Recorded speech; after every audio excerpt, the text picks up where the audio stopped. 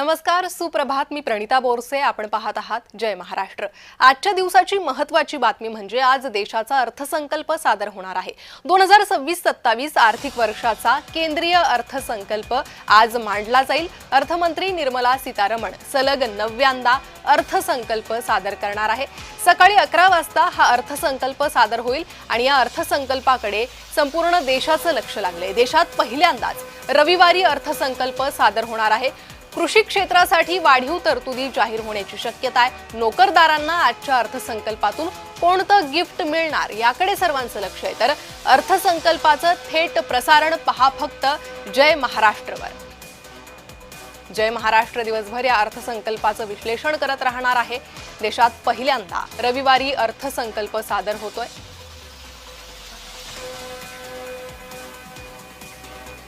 तर या अर्थसंकल्पातून नोकरदार वर्गाला, सामान्य नागरिकांना काय गिफ्ट मिळणार याकडे लक्ष लागलंय. कसा असेल हा अर्थसंकल्प पाहूयात. स्टँडर्ड डिडक्शन 75,000वरून 1 लाखांपर्यंत होण्याची शक्यता आहे. Joint income tax return file याची घोषणा शक्य आहे.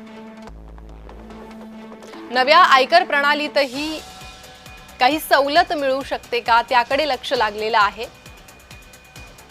तर स्टँडर्ड डिडक्शन 75,000वरून 1 लाखांपर्यंत जाण्याची शक्यता आहे. Joint income tax return file घोषणेची शक्यता आहे. याच संदर्भात अधिक माहिती घेणार आहोत. आमचे प्रतिनिधी मनोज दयाळकर सध्या आपल्यासोबत जोडले गेले आहे. मनोज, आज अत्यंत महत्त्वाचा दिवस आहे. अर्थसंकल्प देशाचा आज सादर होणार आहे. काय गिफ्ट सर्वसामान्यांना मिळू शकतं?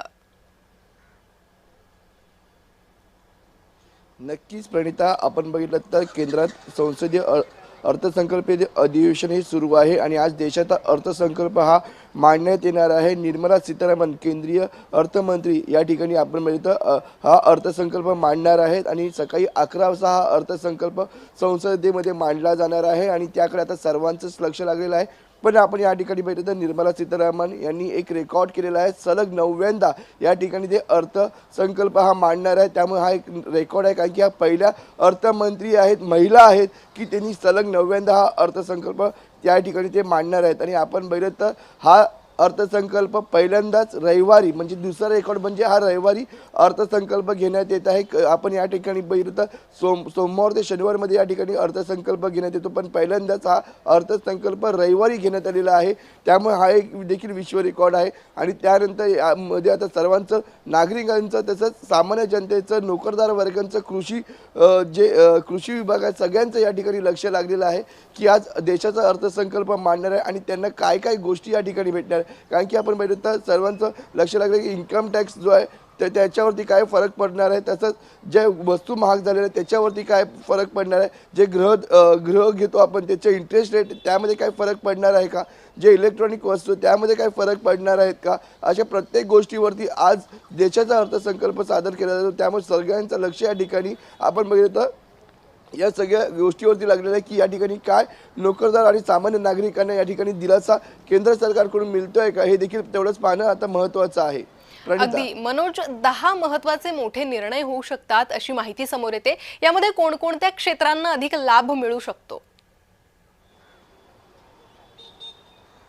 नक्कीच प्रणिता, आपण या ठिकाणी बघितलं तर हा अर्थसंकल्प महत्त्वाचा आहे, कारण की 2029 आपण बघितलं पंतप्रधान नरेंद्र मोदी यांची देखील या ठिकाणी डेडलाईन आहे. पण या ठिकाणी पुन्हा त्यांची ही वाढते काय देखील पाहणं महत्त्वाचं. पण या ठिकाणी आपण बघितलं तर केंद्र सरकारकडून आता मोठं गिफ्ट काय भेटतं, कारण की या ठिकाणी म्हणजे गृह खातं असेल, कृषी असेल, इलेक्ट्रॉनिक वस्तू असतील, आयकर विभाग असेल, नवीन आयकर विभाग, नवीन जो इन्कम हे आलं त्यावरती असेल, अनेक गोष्टी आहेत. त्या याच्यामधून नागरिकांना, सामान्य जनतेला काय दिलासा मिळतोय हे पाहणं महत्त्वाचं. कारण की आता जे भाव वाढलेले आहेत, सोन्याचा दर आपण बघितला तर, पेट्रोलचा दर बघितला तर, गॅसचा दर, याचा प्रत्येक दर हा वाढलेला आहे. त्यामुळे कुठेतरी हा दर कमी झाला पाहिजे याकडे सगळ्यांचं लक्ष. त्यामुळे जो आताचा बजेट पास होणार आहे त्यामध्ये सामान्य नागरिकांना या ठिकाणी दिलासा मिळतो का हे देखील तेवढंच पाहणं महत्त्वाचं. आणि जे आपण बघितलं तर व्यवसाय करतात त्यांना देखील या ठिकाणी काय दिलासा मिळतोय का, कोणत्या गोष्टीमध्ये सवलत मिळतोय का, हे देखील तेवढंच पाहणं महत्त्वाचं आहे. जी मनोज, त्यामुळे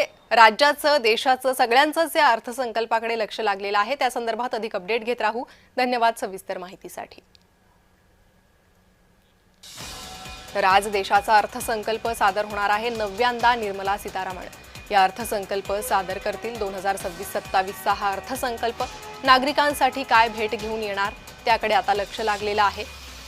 सकाळी 11 वाजता अर्थसंकल्प सादर होणार आहे आणि देशवासियांचं आता या अर्थसंकल्पाकडे लक्ष लागलेलं आहे. छोट्या व्यावसायिकांचं, नोकरदार वर्गाचं, शेतकऱ्यांचं, सर्वसामान्यांचंच एकूण या अर्थसंकल्पाकडे लक्ष आहे. एकूण 10 मोठे निर्णय होण्याची शक्यता ही वर्तवली जाते, ज्या कृषी क्षेत्र, सोने चांदी, पेट्रोल डिझेल या संदर्भातही महत्त्वाचे निर्णय असू शकतात.